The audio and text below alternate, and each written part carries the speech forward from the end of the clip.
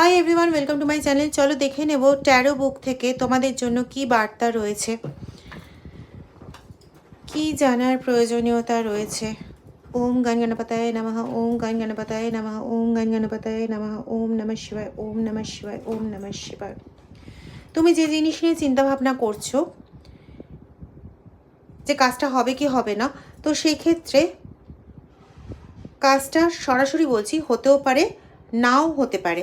তো তোমাকে অন্যভাবেও না, অন্য পথেও তোমাকে এই জিনিসটা নিয়ে ভাবতে হবে।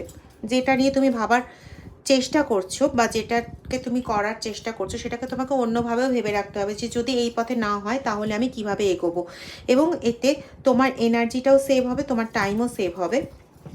এবং তুমি একটা লিস্ট তৈরি করো, ঠিক আছে? একটা লিস্ট তৈরি করো, যে লিস্টে তোমার পুরো একদম ছক কষা থাকবে যে আমি এইভাবে এগোবো, যদি এইভাবে সাকসেসফুল না হয় তাহলে এইভাবে এগোবো, এবং কেন ওইভাবে সাকসেসফুল হলো না সেটাকে একবার দেখে নেব। দেখে নিয়ে তারপরে আমি আবার নতুন পথে ঝাঁপ দেবো, যাতে আমার জায়গাটা একদম ঠিকঠাক হয়, ঠিক আছে? এবং পরবর্তী পদক্ষেপটা যাতে আমার একদম ঠিকঠাক যায়। তো তোমার জন্য বেটার হবে এটাই যে তুমি কাজের দিকে ফোকাস করো।